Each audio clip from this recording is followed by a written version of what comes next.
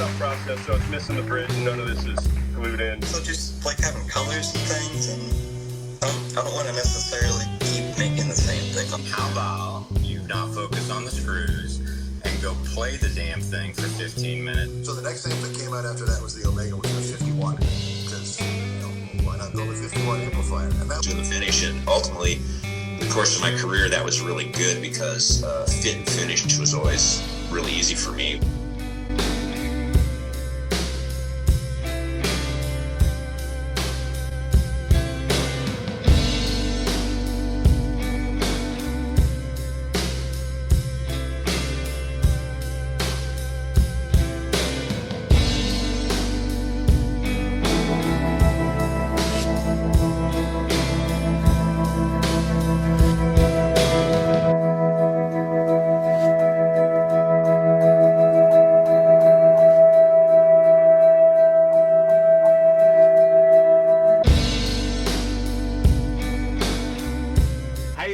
This is the Best of the Week, guys. We're here with Trevor Healy out of beautiful East Hampton, Massachusetts.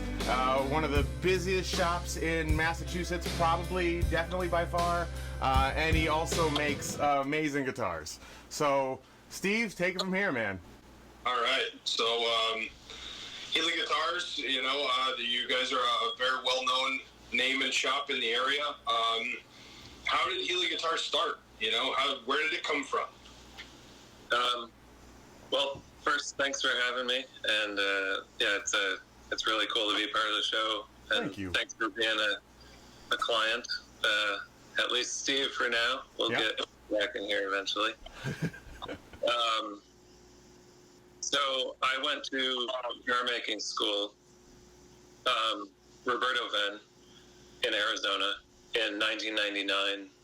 And the previous summer, I had seen a friend's guitar, and we were both in the hardcore punk rock scene in Connecticut and playing in bands. And I didn't know him well enough to know that he had gone to Arizona for 6 months. But he was like, I got to show you these guitars. And he'd made 2 instruments at Roberto Venn. And I was just totally blown away. That there was a place that you could do this. And I remember seeing like ads and stuff in guitar magazines about the school, but it was kind of like just this idea floating around. So I took a semester off from college and went to the school and really immediately took to it. I just loved it. It was like 30 students, I think. So it was an interesting thing, saying like, wow, there's a lot of people interested in this, and but it was all just awesome, really good people, big age group, from like my age, like just about 20 to a couple guys that had retired, like some car spraying, that kind of like, I had a career and now I want to do something for myself or whatever. So after that course, I went back to school, and the metalsmithing jewelry professor let me build a guitar in the studio for an independent study. And I just kind of kept going from there. I got a job with Roger Sadowski after that in New York City, and after college, and had worked with a furniture maker during summers and stuff to try and learn about wood milling. So just really kept at it no matter what. I was just like, this is something I want to do forever, and I'll figure it out. Yeah. In terms of the Healy guitars, like, I feel like it started when I went to Roberto Venn, but like as a brand, so to speak, working independently. It was when I lived in San Francisco and Oakland, and I started building like truly custom instruments, my own design, not just something that was like a one-off for, to just test the waters. It was like I have an order. It is the first order for what became the Healer, which is my main style guitar. So that was in 2009 that order happened. So that's about when I feel like it started to turn into I'm doing my own thing. Sure. And the Healer is still a guitar that you're making today, right? In some shape or form. Yeah, it's kind of the main thing that we do. Yep. And it's a offset guitar based on the Jazzmaster and kind of the Japanese versions of it. One thing about the Jazzmaster that I wanted to get away from is that it's a very long instrument. Mm-hmm. And this is shortened by about an inch at the lower bout, and the upper horn is a little shorter. I've got one back here I'm looking at.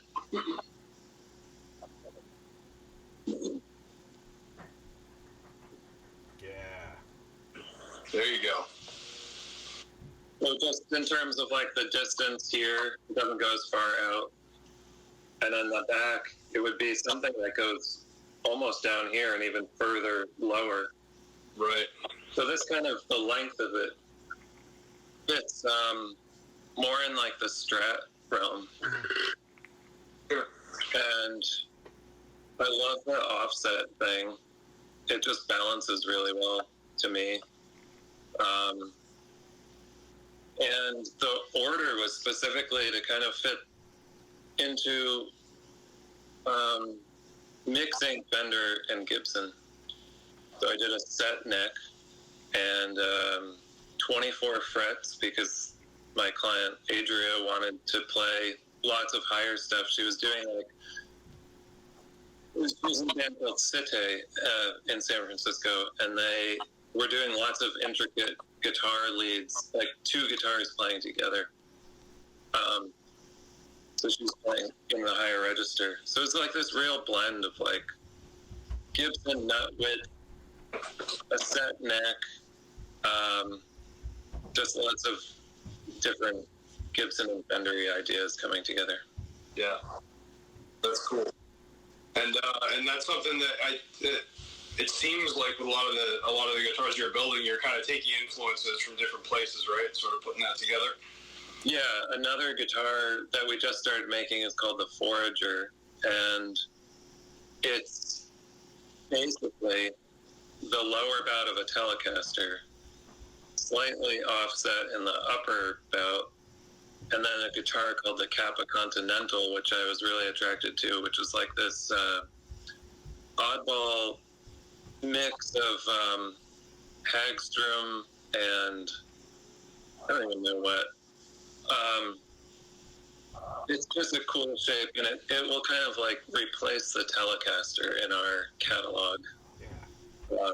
I've never really been comfortable doing any direct copy. Mm-hmm. I've done it, and I continue to do it, but I don't have any orders right now that would represent something that is a direct copy, like a P-Bass I've done. Sure. A few of, and Telecasters, but yeah, currently there's no orders standing, so it's kind of that part of my building career, I think, is past. Yeah. It's all original shapes. That's cool. That's great. So, I mean, and just to cover some ground too, so you're making electric guitars, you're doing basses as well, and you have been doing some acoustic instruments, but I understand that might be kind of going away. Yeah, it's so you'll see, like, I'm always going to be building them, but the acoustics take a long time. And so we've got a full repair shop happening every day. We do setups, refrets, pickup installs, crack repairs on acoustic guitars, bridge reglue. So any number of things that are happening. Calvin and Ohad work with me, and so we have a 3-person shop. So when I think about doing acoustic instruments, I need, a full clear bench, multiple surfaces, lots of different procedures happening, glue ups, and it's been hard to balance all that. So the orders that I have are, going to happen, and they're actively happening, but I'm not promoting it as an option. And going forward, we have basically all of 2021 and 22 booked for build slots, and that's a whole new thing to have a wait list that is both thank you, this is incredible, but also trying to work through how to get all that work done. Yeah, no shit. So we're changing things in terms of when we work on things and what we work on, but in terms of the repair stuff is always happening, and the building is always happening. It's just what part of the day are we doing this or that, or do we, often we're just saying well, we can't do that really big job right now, but in 3 weeks we'd be happy to take it in. Sure. So it sounds like you guys are phenomenally busy right now. It's pretty wild, man. I mean, 10 years into being in East Hampton, and it's kind of all come together. The pandemic took a bit of time away from the shop, right? We just couldn't be here. And then we created enough space for the three of us to work comfortably. And now it's kind of shifting gears a little bit to be in a production mode of guitar making versus one at a time. Sure. And just rearranging things accordingly, scheduling, making sure all the parts are here on order. That's been a difficult thing to get parts. Everybody is busy. I think guitar making in general, it's just the whole world of custom instruments has taken off. Yeah. There's more makers than I could even count. And especially pedals too. You talk to a pedal guy now, they're excited just to get switches. Exactly. Yeah. The battery connect, or the power connections. Yeah. If you've been using a certain color of something, you're like, well, I can't get blue, so I guess I have to do black for now, or whatever. Yeah, that's been tricky. But I have found that it's easier to work with. It's kind of strange, but it's easier to work within the United States now than it was a couple years ago. I feel maybe not easier, but I'm more likely to order something from Gemini Pickups or Lawler because they're right here, and hip shot tuners and bridges for basses especially. I can get that stuff pretty quickly. It's the customs and things like that are hold-ups. And supply from Godot and kind of what has been standards just seem to be absolutely impossible to get. So it's not so much that the parts aren't there, it's that you have to kind of find a different person to fulfill the order or company.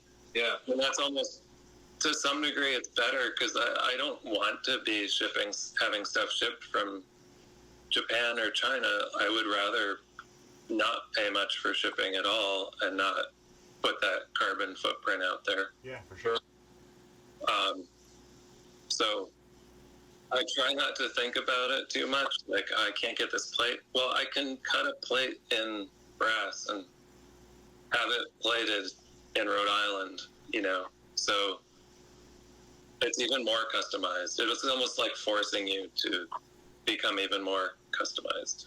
Yeah, I was going to ask, has that in your builds pushed you outside of your comfort zone at all and forced you to look at different parts or different options that you may not have looked at before?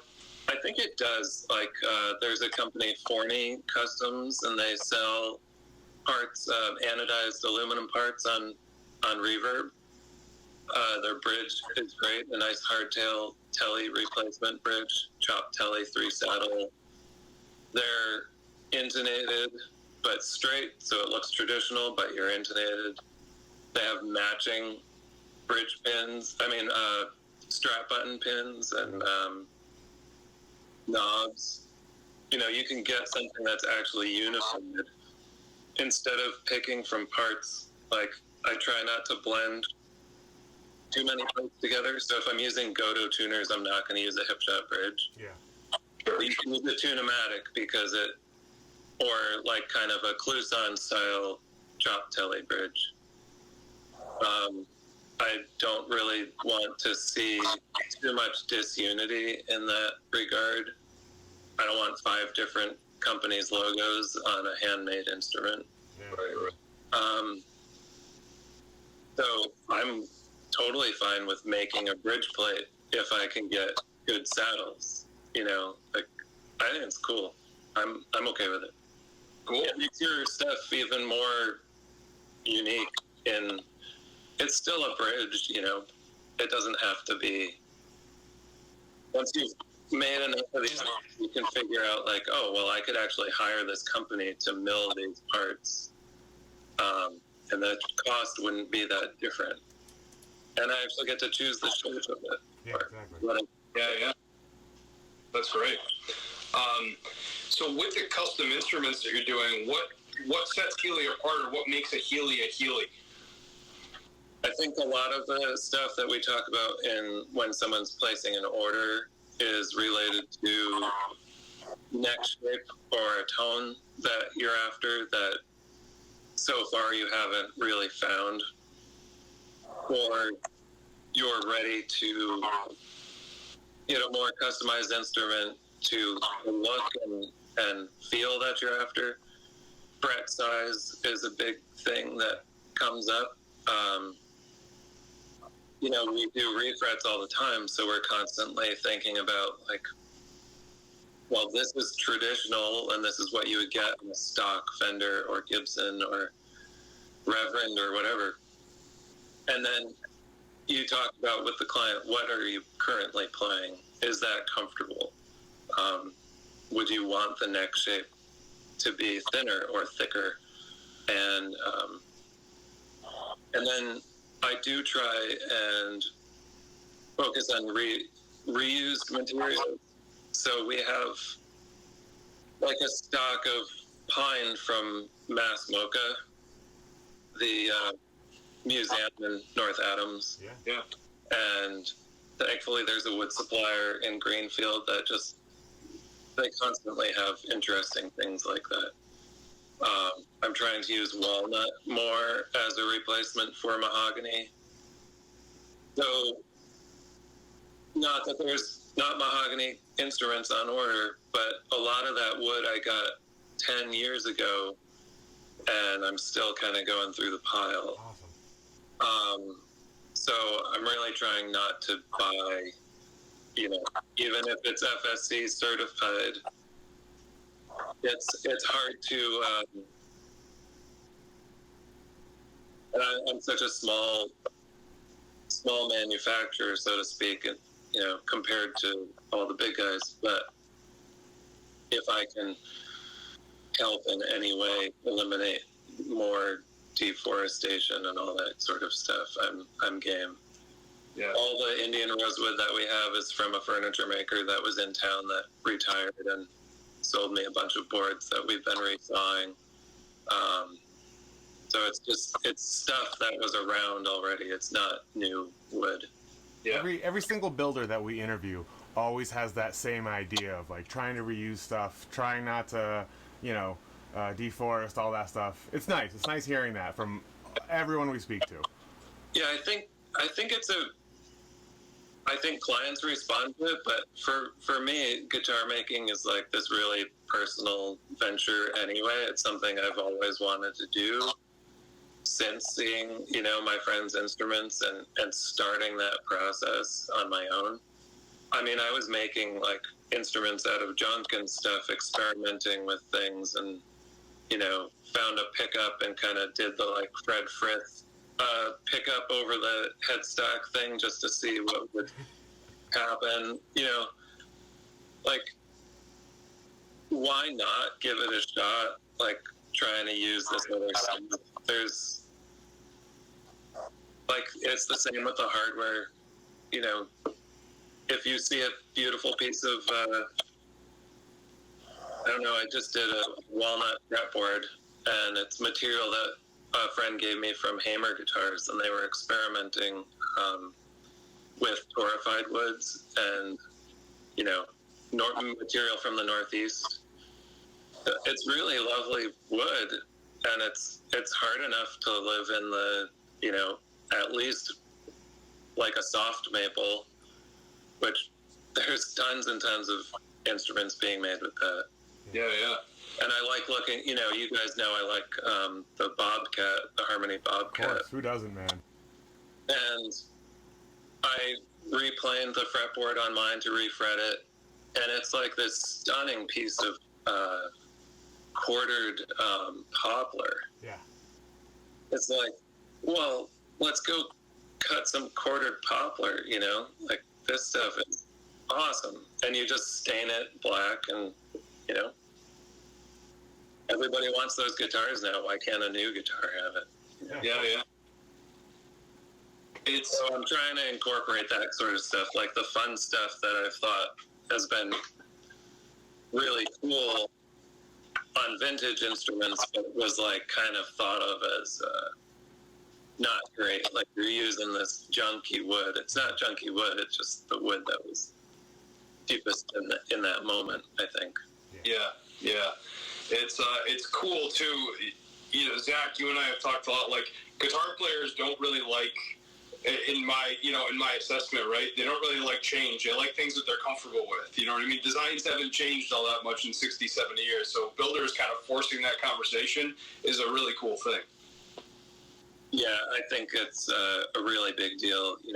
Like, you've had Retrograde on, and Glenn is using, laminated woods. And, it's like, that's happening a lot in acoustic guitar making too, where you're conserving wood by doing laminate sides or backs, and you get two pieces of Brazilian, right? And you're able to make 4 guitars, right? Instead of the one, and I don't know, the conservation stuff is pretty awesome. Yeah, it's great. We've made a couple things with, like, the clients have brought us pickups, right? So we made a bass a couple years ago that had grabber, or the Gibson Ripper pickups. The non-movable pickup. So 2 unique Gibson pickups, and used a Gale bass bridge. He brought us the tuners. They were from a Rickenbacker. So, I mean, why can't a new instrument have some funky old hardware, Yeah, it certainly can. Yeah. That's awesome. Anything else you wanted to cover about Healy guitars before we jump into the speed round or the next portion of things? Well, I think a lot of people often just, a lot of our orders come in through Instagram and repair clients as well. We have a system on our website and through Instagram and Facebook that you can book an appointment for bringing in a repair, or if you did want to talk about a custom project. And basically, the calendar has allowed us to, like, really, you have a reserve time. These 20-minute blocks where you have our attention and you check in the instrument and tell us everything you need to about what you want done. And that's been really great to free up some time for us to work more and not kind of have the walk-in sort of interruption. But I just highly recommend try and use this system. I think it benefits everyone. Sure. Just knowing that you've got our attention for that time. And we're always doing like assembly projects, parts, guitars. I say once a week we're completing somebody's, dream project, so to speak. Like I've accumulated all these things, put them together for me. Yeah. And sometimes people will ship a body here and then walk in with a neck and hardware. Warmouth projects happen pretty frequently. So yeah, feel free to email me with any ideas about parts projects. I think that's like one thing that we really like. Just being able to like bring a project to fruition. It's been kind of in your mind for a while. Yeah, it's cool to see all these other people's ideas. All these parts casters this year especially have been insane. Yeah, yeah. It's really fun to see it because I think as much as people want to be doing this stuff themselves, they might reach a point that like you just need the final setup done and a new nut or whatever. So yeah, we're seeing all sorts of cool, customer-driven projects. It's not always, I would say, even in the custom guitar stuff that we do, there's a lot of like, well, I've always thought about this. Would you be able to switch that around on your instrument? And sometimes it's of course, like that's awesome. And then sometimes you're like, well, that might be best for, a parts project or whatever. But like, I think rehabbing old guitars is always going to be part of what we do, and doing these parts projects. They're fun. It's cool to see people excited about guitars. So yeah, keeps everything interesting. That's great.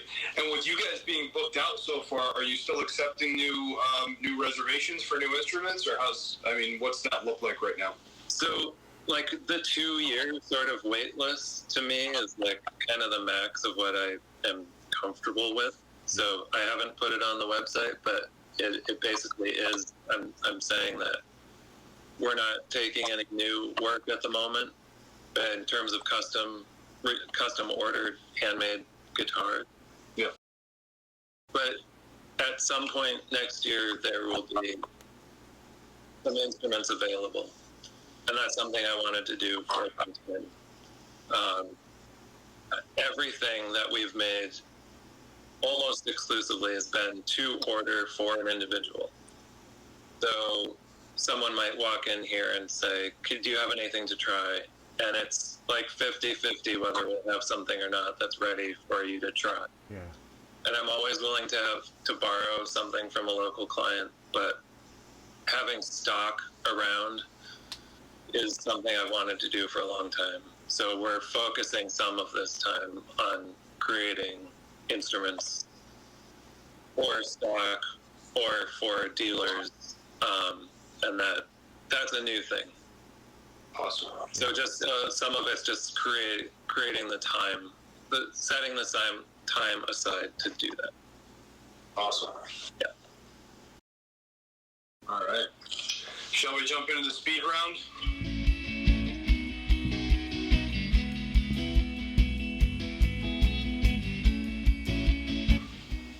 Absolutely. Yeah. All right.